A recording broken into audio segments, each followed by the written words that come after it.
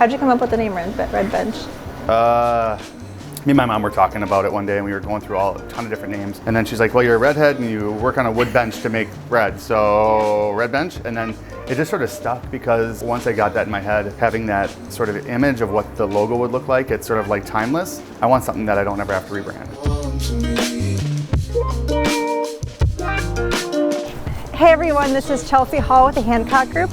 We're here today at Red Bench Bakery. Come on, let's check it out. It feels like home to me. It feels like home to me. So I'm here with Andy. He is owner and head chef here at Red Bench Bakery. He's going to tell us a little bit more about what they do here. So Red Bench started in 2017. We sort of were at a place where we wanted to do our own thing. I was working at a bunch of other places, and we said this might be the time. Looked all over the Twin Cities for locations that we wanted to do, and we kept on coming back to this building. This building is 140 years old. Wow. It was a bakery for 125 years, from 1884 till 2009. So pretty crazy that we were able to get into a building that had such history and such liveliness of a bakery. I mean, and you're able to preserve. Yeah, and then everybody knew it as a bakery, so we didn't have to reimagine ourselves. We just had to reimagine the product. The old bakery did a lot of donuts, stuff like that, where we're doing more of artisan craft, French style stuff. Really, it started with, as a kid, my mom did some pastries and stuff at a restaurant. It really was cool to see her work in the pastries and be involved a lot. When I came to this and started doing pastries years later, it was really trying to focus and see what area I wanted to go into, if I wanted to do restaurants, if I wanted to do our bakery, and sort of bakery was always that sort of thing. I think as a bakery, when it comes to being part of the community, seeing all these people come into the store, it's really exciting, because nobody comes into a bakery or a coffee shop upset. They want to be excited. They want to have fun. They want to enjoy the pastries, and they want to have that moment of release before they have to go to work, and they can just enjoy that coffee and that pastry.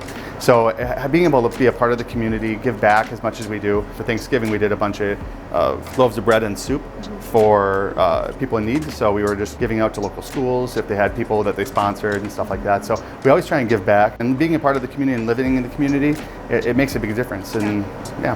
So can you tell us a little bit more about what you guys offer here? We offer a lot of artisan-made craft stuff, croissants, danishes, artisan bread. All of our breads are sourdough based, so really good for your health, good for your gut. And then we opened up our cheese shop back in 2020 just to accent our business, but also accent the farmers that really were struggling through this last year and a half. 2 years. So we want to make sure we were able to support the farmers and have another outlet for them. Do you service a lot of local farmers then? We try and stick to the Midwest. We do have some from without, but we try and focus on Minnesota and Wisconsin. I saw that you guys have an event scheduled. Do you want to tell us a little bit more about that? Yeah, occasionally we do pizza nights, handcrafted by these guys right here. We try to do a casual thing where it's like, come pick up your pizza. So you really just order the day ahead when we have it. So you follow us on social media, Facebook, Instagram, Twitter. Then you can see when to order through talk.com, then getting your pizza the next day. So we want to really make sure we have enough product to make sure we know exactly how much we're going through. We don't like wasting here, so we want to make sure we utilize our product as well as possible. Are there any other locations that you guys have? Yes, we have a location in Excelsior, right on Water Street, right across from Excelsior Brewing. We opened that up about a year and a half after we opened up this location. There was a bakery that was there previously. She gave me a heads up and she said, we're moving out. And I was like, it's Excelsior. If you go to some places, you're like, oh, you have to look at the demographic, how everything's gonna work and all that stuff. Where if you go to Excelsior, it's like going to Stillwater or Hudson. It's sort of a no-brainer. You know it's gonna work and you just plug and play. If you were to buy something of your own bakery, what would be your favorite item? Chocolate croissant. Chocolate croissant is, for me, the quintessential everything. If I go somewhere in the world, I'm buying a chocolate croissant. And every morning, I have one chocolate croissant. And I just got to make sure the quality is there, making sure they're keeping up with everything. But if I go anywhere in the world, even here, chocolate croissant. Can't go wrong. Yeah. Thanks so much for having us. My pleasure. Again, that's Red Bench Bakery. And don't forget to check out their locations in Excelsior and Chaska.